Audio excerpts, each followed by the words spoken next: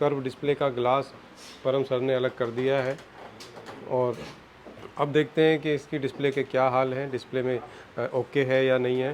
तो आप ये देख सकते हैं, इनका ग्लास जब टूट जाता है तो इसको कैसे सेपरेट करते हैं, कैसे इस टूटे हुए ग्लास को अलग करते हैं, तो इसकी क्या टेक्निक रहेगी वो हमारे इन सभी स्टूडेंट्स के साथ परम सर आपको सिखाएंगे। इसका एक एक वीक पॉइंट हमें देख करके इसकी जो कटिंग होती है वो करनी होती है और इसको हमें निकालना होता है।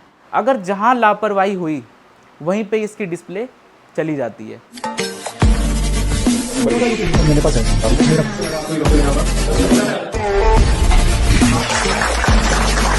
बढ़ती चली जाएगी।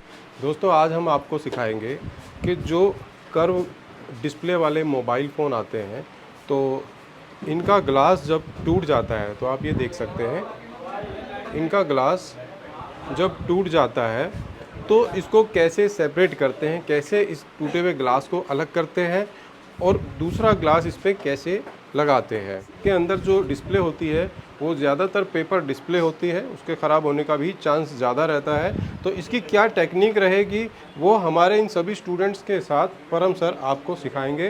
तो आप बने रहिए हमारे साथ। अगर आपको घर बैठे ही सीखना है कि कैसे कर्व ग्लास को काट करके निकाला जाता है, क्योंकि आजकल 25 से 30 हज़ार तक के मोबाइलों में भी ये कर्व डिस्प्ले आने लगी है और आने वाले टाइम में कर्व डिस्प्ले का ज़माना है। जिस हिसाब से सस्ते मोबाइलों में कर्व ग्लास आ रहे हैं, मेरा मतलब है 25 हज़ार के आसपास की रेंज के मोबाइलों में भी ये आ रहे हैं, तो अब लोगों की पहुंच में जब ये रहेंगे तो ज़्यादा से ज़्यादा ये ख़राब भी होंगे। जब ज़्यादा लोग खरीदेंगे तो ज़्यादा से ज़्यादा काम भी ये दुकानों पर आने वाले टाइम में आने वाला है। तो कर्व ग्लास वाले जो मोबाइल हैं, जैसे पेपर डिस्प्ले अगर इनकी है तो इनकी कटिंग करने में हमें बहुत ज़्यादा सावधानी की ज़रूरत पड़ती है। आप जब भी इस काम को करेंगे तो अगर आप 10 फ़ोन करते हैं ना, 10 फ़ोन का ग्लास कट करते हैं तो उसके अंदर ये समझ के चलो 2 से 3 फ़ोन ऐसे रहेंगे जिनकी डिस्प्ले ख़राब हो ही जाएगी। ठीक है, तो अब ये देखना है आज इस फ़ोन की डिस्प्ले ख़राब होती है या ग्लास आराम से उतर जाता है। तो ये भी दोस्तों एक सस्पेंस रहने वाला है आज की इस वीडियो के अंदर। तो तैयार हो आप स्टूडेंट्स देखने के लिए इसकी क्या टेक्निक है, क्या तरीका है। तो देखते हैं कि आज इसकी डिस्प्ले बचती है या ख़राब होती है। ठीक है, तो अच्छा, किसी डिस्प्ले के ख़राब होने के चांस जब ज़्यादा रहते हैं, काम करते हुए उस चीज़ के ख़राब होने के चांस जब ज़्यादा रहते हैं तो कस्टमर से पहले ही ख़राब का रिस्क लिया जाता है 1%। हम ये बोल के चलते हैं कि शीशा बदलने में 1% डिस्प्ले ख़राब भी हो सकती है, क्योंकि जब फ़ोन गिरता है, शीशा टूटता है तो उसका इम्पैक्ट कहीं ना कहीं डिस्प्ले पे आया रहता है या नहीं आया रहता है। और कई बार उसी वजह से जब हम ग्लास को हटाते हैं तो उसमें कहीं ना कहीं गलती आपकी नहीं होती है, वो डिस्प्ले होने वाली ही होती है कि कोई उसे छुए और वो ख़राब हो जाए। तो ऐसा होता है, तो इसीलिए हमें पहले से ही इन चीज़ों के ख़राब होने का रिस्क ग्राहक से लेकर के चलना पड़ता है। तो ठीक है जी, तो हमने भी कस्टमर से रिस्क ले लिया है इसके ख़राब होने का। ठीक है, उसने पूछा कितने %, हमने कहा 1%। तो दोस्तों हमारे पास ये सैमसंग गैलेक्सी नोट 8 का फ़ोन है जो कि जिसका जो ग्लास है वो ब्रेक हो रखा है यहाँ से। जैसा कि सर ने आपको बताया कि ये जो एज होता है इसका चेंज करने का भी जो तरीका होता है काफ़ी अलग होता है, नॉर्मल फोल्डर से भी काफ़ी अलग होता है इसका एक एक वीक पॉइंट हमें देख करके इसकी जो कटिंग होती है वो करनी होती है। अगर जहाँ लापरवाही हुई वहीं पे इसकी डिस्प्ले चली जाती है। इसकी जो डिस्प्ले आती है दोस्तों वो पेपर डिस्प्ले होती है। जितनी भी हमारी एज के जो फ़ोन होते हैं उसकी पेपर डिस्प्ले होती है। तो पेपर डिस्प्ले का मतलब ये नहीं कि हम उसको किसी भी तरीके से मोड़े तोड़े, कोई फ़र्क नहीं पड़ने वाला। उसकी भी एक लिमिट होती है, कुछ हीटिंग टेम्परेचर होता है जिससे हम उसको बचा सकते हैं, जिससे हम उसको सेफली तरीके से काट सकते हैं। अब रही बात रिस्क की, तो देखो रिस्क तो आपका नॉर्मल फ्लैट फोल्डर में भी है जिसमें हम 1% का रिस्क दे के चलते हैं। उसमें 100 में से 99% फ़ोन ओके होने के चांसेस रहते हैं, ज़्यादा से ज़्यादा ब्रेक गिलास वाले भी। लेकिन जहाँ पे एज की बात आती है तो इसमें 10 में से तकरीबन 8 से 9 फ़ोन सक्सेस होने के चांसेस रहते हैं। 8 फ़ोन आप मान के चलें, इसमें सक्सेस होने के चांसेस रहते हैं। क्योंकि दोस्तों जो इसका प्रोसेस होता है ये हम ऊपर से चेंज करते हैं। ऊपर से चेंज करने में वायर से जब हम काटते हैं तो इसमें जो पूरा का पूरा जोर होता है वो डिस्प्ले पे होता है, क्योंकि यहाँ से डिस्प्ले हमारी बैंड होती है। तो इस तरीके से इस पे पूरा जोर डिस्प्ले पे लगता है, तो इसलिए चांसेस डिस्प्ले ब्रेक होने के रहते हैं। रही बात दूसरी रिस्क का, तो इसका जो लेंस होता है, जहाँ से पत्ता जॉइंट होता है, पत्ते के नीचे की साइड में इसमें लेंस होता है। वो लेंस इतना नाजुक होता है, कांच का लेंस होता है, अगर वो हल्का सा भी अगर मुड़ गया और वो ब्रेक हो गया तो डिस्प्ले आपकी ख़राब हो जाएगी। ये प्रोसेस होता है इसका ग्लास चेंज करने का। तो आज मैं आपको पूरा स्टार्टिंग से एंड तक का प्रोसेस दिखाऊंगा कि ये एज ग्लास किस तरीके से चेंज होता है, और देखते हैं कि ये ग्लास चेंज करते टाइम पे डिस्प्ले बचती है या जाती है। क्योंकि हम इसमें रिस्क लेके चलते हैं, हमें भी नहीं पता होता किस कंडीशन में इसकी डिस्प्ले बचेगी, किस कंडीशन में इसकी डिस्प्ले जा सकती है। तो देखते हैं दोस्तों, स्टार्ट करते हैं। दोस्तों ये जो हमारा फ़ोन है, पहले इसको हम हीट करके इसका पीछे से गिलास निकालेंगे, फिर इसका पेज खोलेंगे, फिर इसकी बैटरी निकालेंगे, बोर्ड निकालेंगे, और फिर उसके बाद इसको ऊपर से गर्म करेंगे।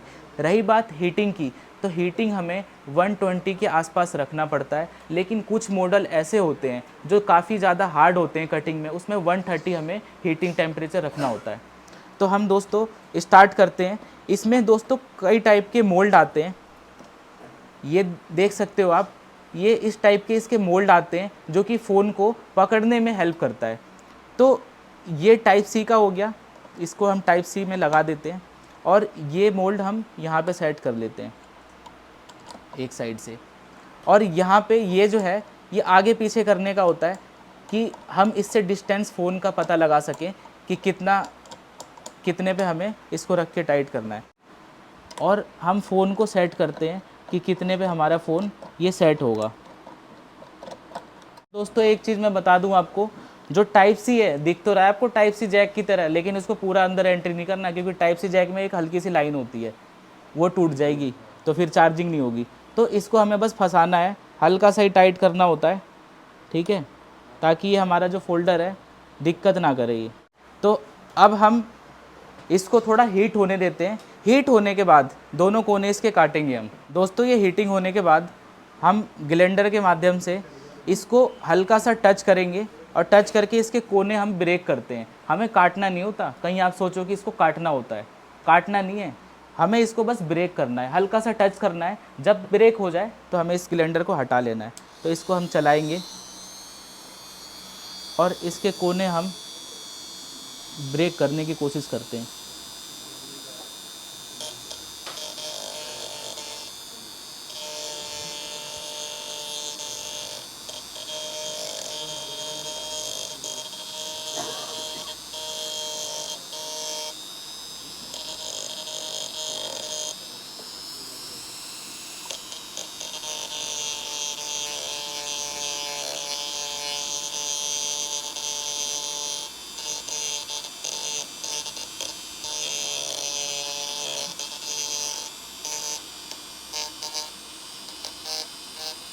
इस काम में हमें पेशेंस रखना होता है। आप सोचो कि आप 10 मिनट में कर लो, तो नहीं, इस काम में जितना टाइम दोगे उतना काम आपका सही होगा।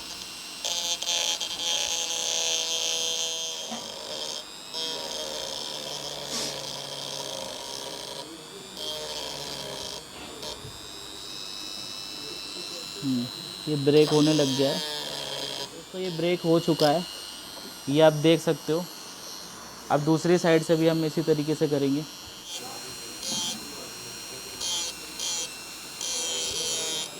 जैसे इसमें दोस्तों टाइम लग रहा है, तो हम क्या करेंगे, इसमें हल्का सा ये केमिकल होता है, ये फेल्कोन होता है, कोई सा भी ग्लू रिमूवर ले करके, और आप इस साइड से इसको छुटाओगे। अगर ये रैपर ना जाए तो हमें ब्लेड की मदद से इसको हमें यहाँ से हल्का सा वो करना है, उठाना होता है, क्योंकि ये चिपका होता है ग्लू, जिसकी वजह से गिलास इसका जल्दी कट नहीं पाता। तो अगर ये ग्लास को हम फ्री कर देते हैं तो उस कंडीशन में चांसेस ज़्यादा रहते हैं, आसान हो जाता है काम हमारा। तो ये रैपर जा रहा है, बहुत ही आराम से हमें ये प्रोसेस करना होता है।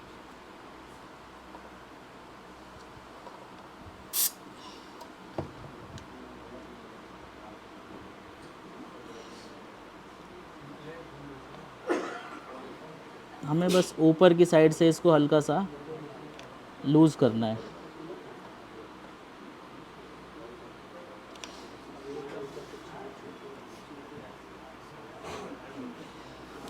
ग्लू लूज़ होने के बाद अब हम इसको ब्रेक करने की कोशिश करते हैं।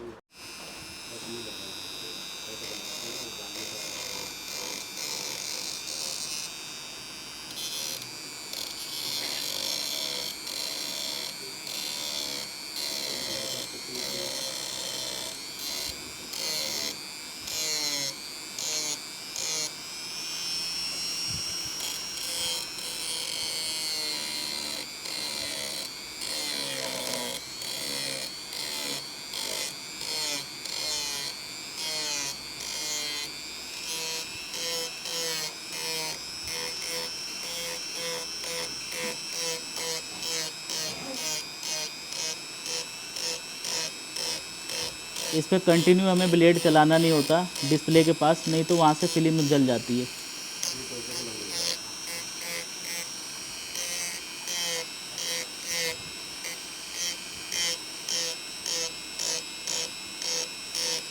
इसका ही प्रोसेस थोड़ा सा डिफ़िकल्ट होता है और इसमें अगर हम पेशेंस नहीं रखते तो दिक्कत भी हो जाती है।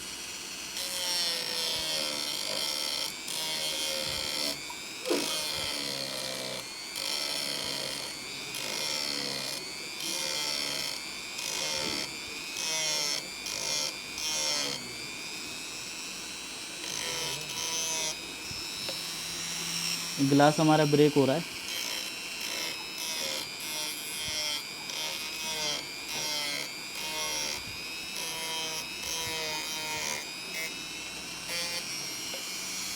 हो चुका। तो दोस्तों हमारा ग्लास ब्रेक हो चुका है। इसके बाद का प्रोसेस, हमें रैपर से ये ब्रेक ग्लास को निकालना होता है।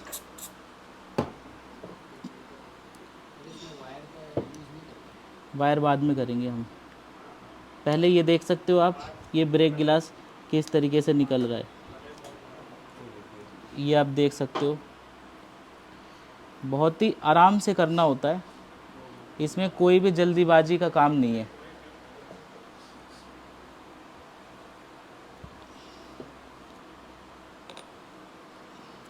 और कोई सा भी हम केमिकल डालते हैं तो उसमें हम कैमरे का ज़रूर ध्यान रखें कि कैमरे में कोई भी केमिकल जाना नहीं चाहिए। निकल गया ये गिलास। अब हम इसको दूसरी साइड से निकालते हैं। ये रैपर ने एंट्री ले लिया। अब इसी तरीके से हम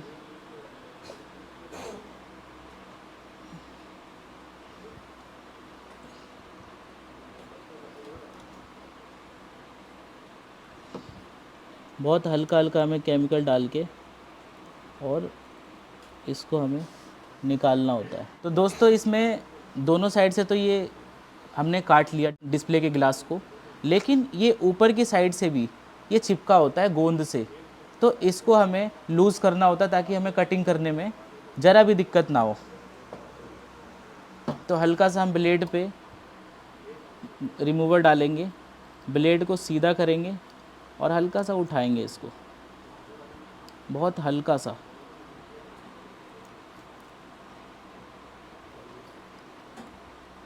ये उठ गया है, बस इससे ज़्यादा हमें नहीं उठाना। अब हम इसमें रैपर लगाने की कोशिश करते हैं।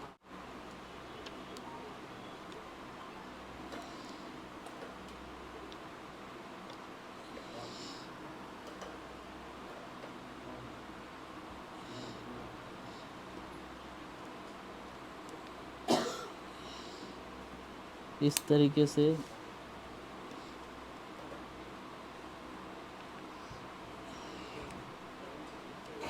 हमें हल्का हल्का इसमें केमिकल डाल के और इसको रैपर को हमें आगे कर लेना है।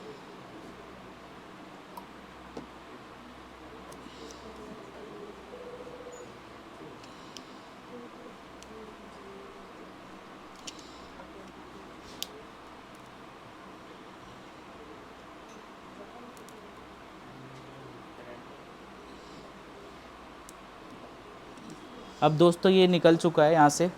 अब हमारे पास ये कटिंग वायर होती है। ये कटिंग वायर का जो नंबर होता है 0.02 होता है। और आप ये कटिंग वायर जो यूज़ करते हो ये ओरिजिनल ब्रांड का आप यूज़ करना।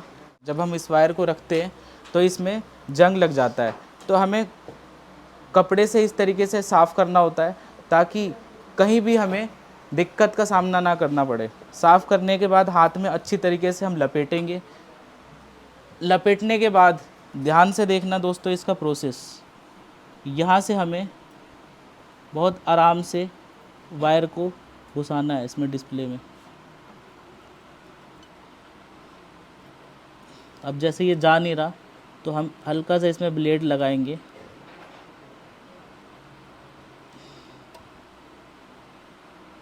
और इस पे हल्का सा केमिकल डाल देते हैं।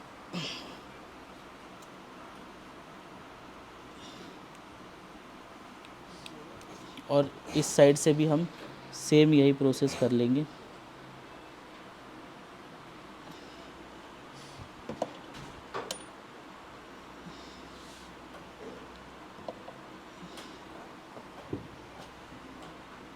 बस ये एक कोने से वायर जल्दी जाती नहीं है इसके अंदर, तो हमें कैसे भी करके इसमें फिट करना होता है एक बार वायर।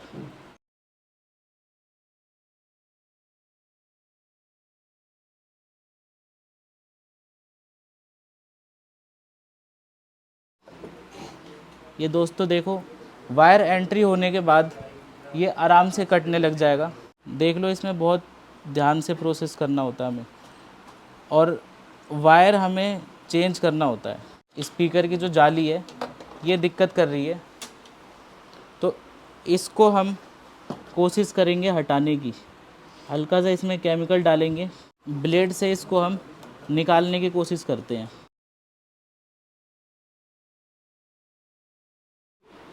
ये हमने यहाँ से ले लिया। इसमें दोस्तों हमें टेढ़ी टेढ़ी वायर चलानी होती है।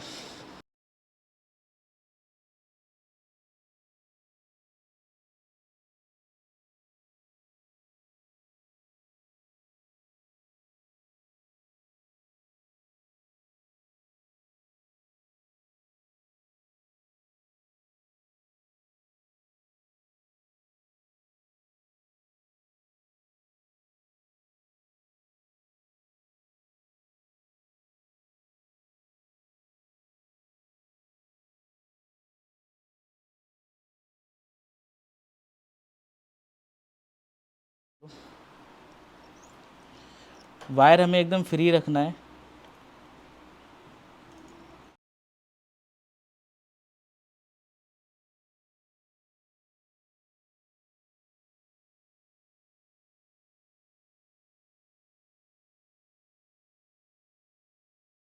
और ये कट चुका है।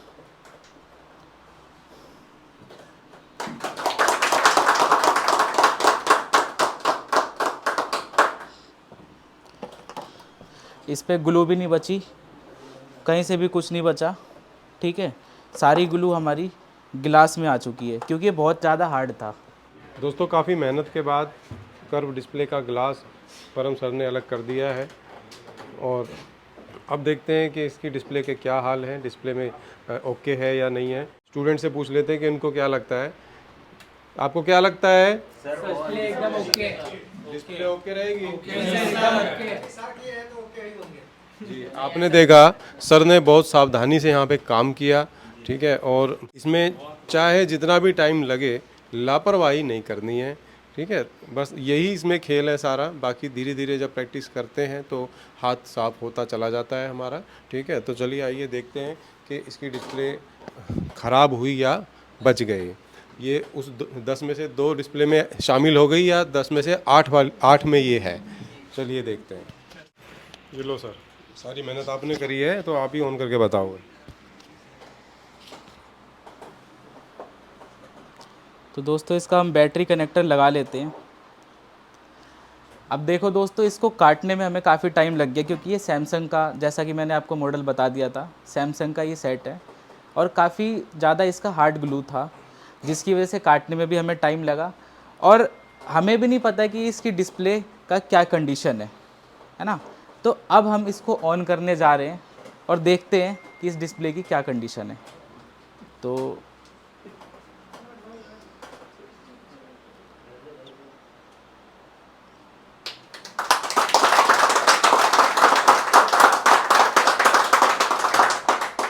तो दोस्तों आप देख सकते हो हमारी डिस्प्ले एकदम परफेक्टली ऑन हो रही है और इसमें हम एकदम श्योर नहीं हो सकते कि ये जो हमने वर्क करा एकदम परफेक्टली करा, क्योंकि हम तो अपनी तरफ से 100% देंगे, लेकिन हमें नहीं पता ना कि डिस्प्ले की क्या कंडीशन हो सकती है ना।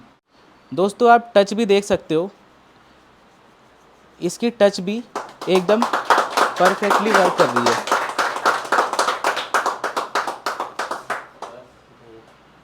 दोस्तों इस डिस्प्ले में टच का जो फ्लक्स होता है वो अलग होता है, डिस्प्ले का फ्लक्स अलग होता है।